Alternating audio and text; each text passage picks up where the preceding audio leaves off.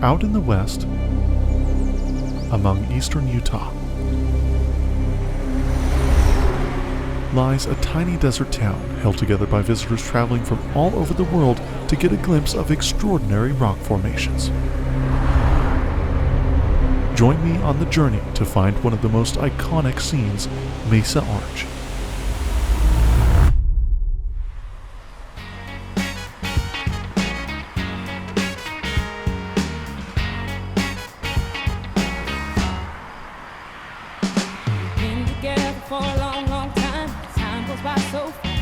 I have a habit of being a little spontaneous at times, and this sort of wave of motivation hit me tonight to make tomorrow the day that I finally go after this shot that I've been wanting to get for years. Now, the key to this shot is time of day. Now, I've been to the national park that it's in, and even this very specific spot, several times, but I've never been there for sunrise. I'm sure I'll still explore other parts of the park tomorrow, but right now my main focus is getting my own twist on this very, very famous shot. This means a very early morning for us tomorrow, so even though it's a Saturday night, no partying for me. I think I'm gonna have to call it a little bit early tonight. See you in a few hours. Now you know me, baby, even better than I know myself. And I never see no reason for me to want nobody else. Now we've been through some changes, 'cause that's just what life does. But I don't pay no never mind, long as I got you to love. Minutes, hours, years and days, time goes by, but nothing's changed. I feel it, that same old way. But baby, I still love you like I used to, way back in the day. Well, we're definitely going to be cutting it close here. Official sunrise is about 7:22, and we should get there at about 7:10. I'm willing to bet this guy in front of me will probably go there too. I'm very curious how busy it will end up being. I'm hoping for less people, because typically the only people dedicated enough to get here for sunrise are photographers, so they're going to want to have the best angle, the closest view. Made it to the entrance of the park. I'm very curious how many people will actually be here. I'm hoping there's less people, so it's a little easier for me to both record my video and also just get a good angle for my photos. But I know I can't expect a deserted area just because it is a weekend. The one hope that I'm really holding on to is that it's December, so it's in the off season for the park.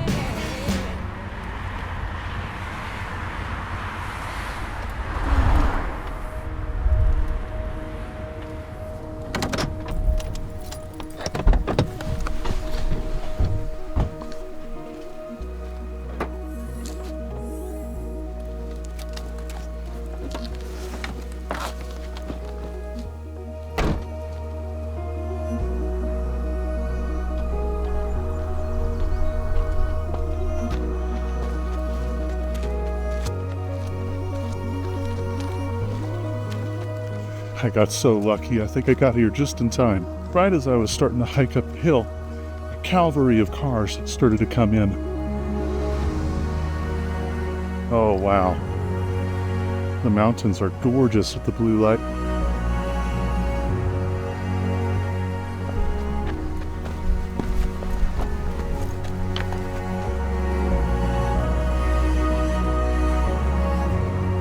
Even the scene before the sun spills over the horizon is serene.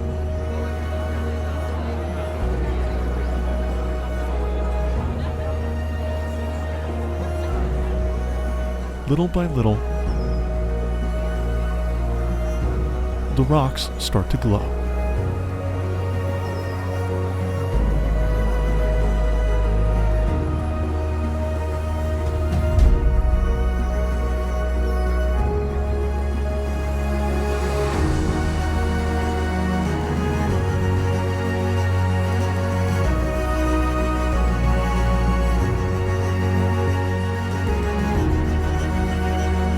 Wow, that is amazing.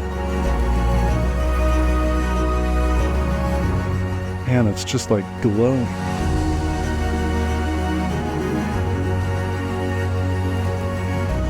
Oh, it just keeps getting better. Well, it's definitely turned into a crowd, but luckily it seems like I'm able to still set up where I want. Everybody's pretty nice. It is pretty cool seeing a scene make so many people so happy.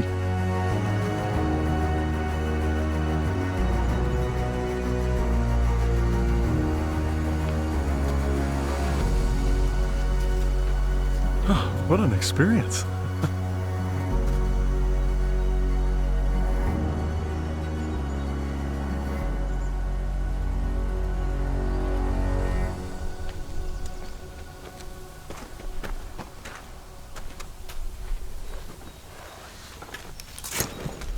Oh man, it feels good to take the backpack off. Kind of forgot it was on my back.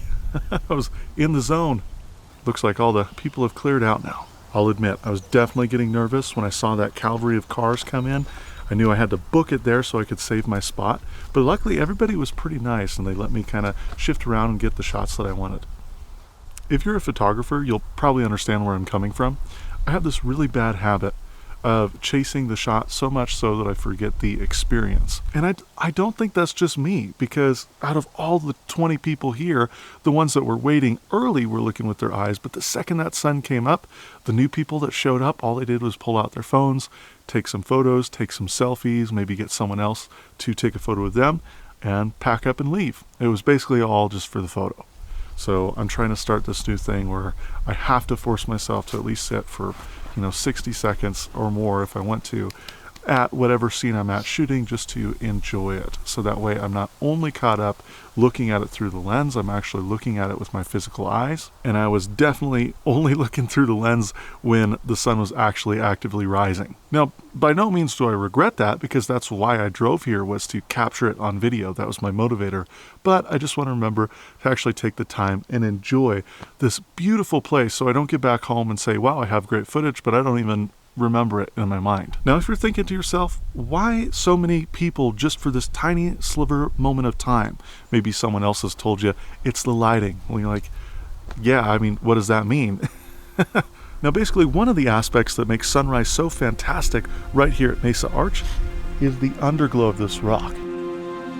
Now, it doesn't matter what season it is, even though the sun changes positions in the sky, like more towards summer, which are the really popular seasons, it's rising right over those mountains, you'll still always, without a doubt, year-round, get this underglow if there's no clouds blocking the sun.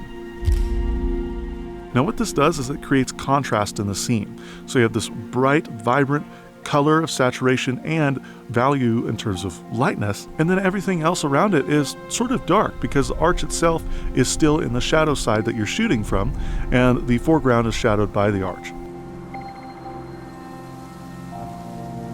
Now, this happens in the background too, where those tiny little red spire rock things are.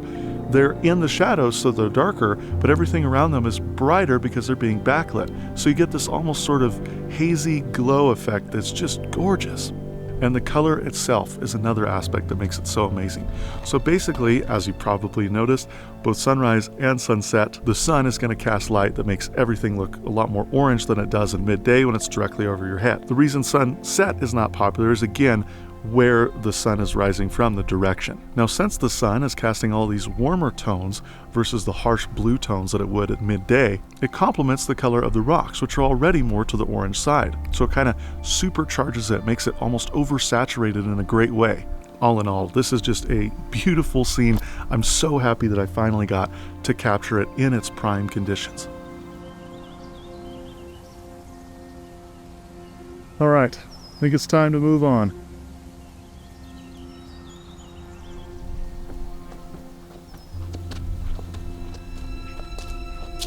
Sucks you can't fly drones here, because this would make for some amazing shots.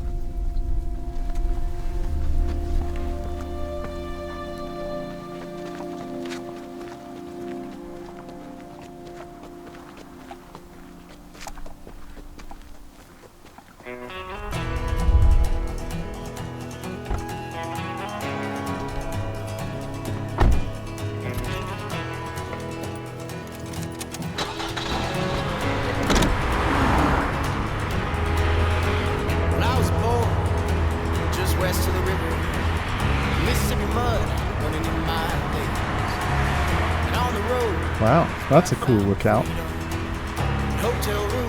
What a view.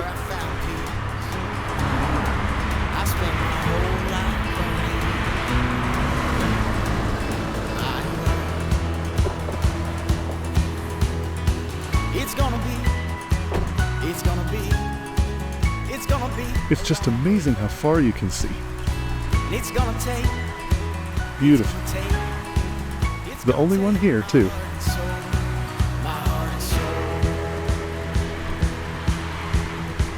I only see you now in memory, or in the night on a long drive through. Someday I'll pull off the road somewhere near you somewhere, and I'll find that little church where my family filled the pew.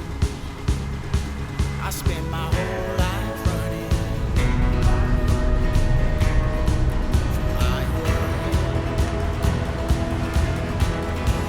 It's gonna take my heart and soul, my heart and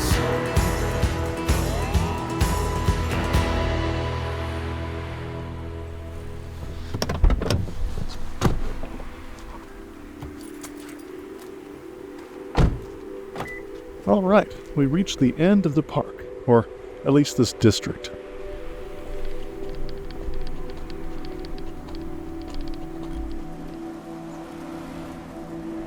Wow, just beautiful. The wind's starting to pick up. I think I'm gonna go back to the car, get the big lights, and see if we can get something cool.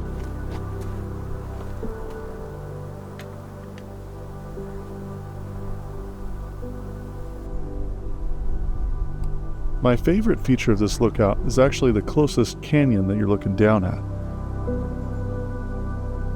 I really like the white tops on them. It's very unique. This is cool too. I like this angle.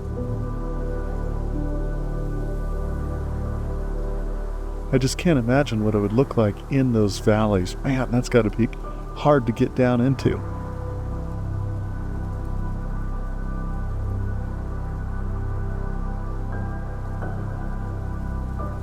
This little tiny dirt road that you're seeing, actually towards the entrance of the park is the entry point into that road, but I'm not sure where it goes. I know that you definitely have to have a Jeep or something else like it to get to it though. Now if you look way out in the distance at those little pointy things, that's actually the Needles section, so you can't get there. You have to go closer to Monticello and drive in that way.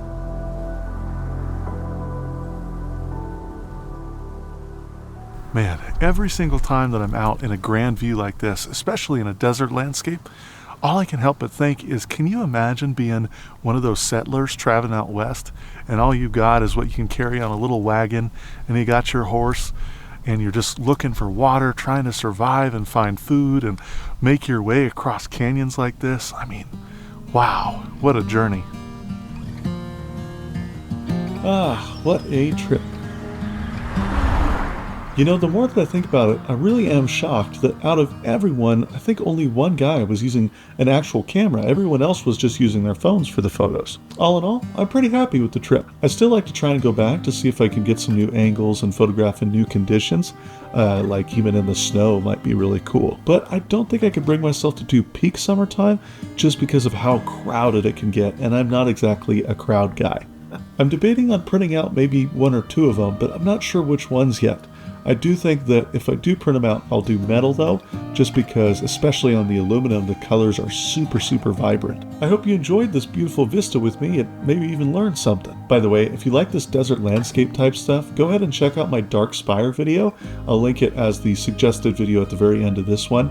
It's like almost Martian-like. It's very different type of desert from this one. And it's less well known, so it might be something you've never seen before. Make sure to check back next Friday for my latest wildlife drive, but until then, let me close out with some of my favorite shots that I got on this trip.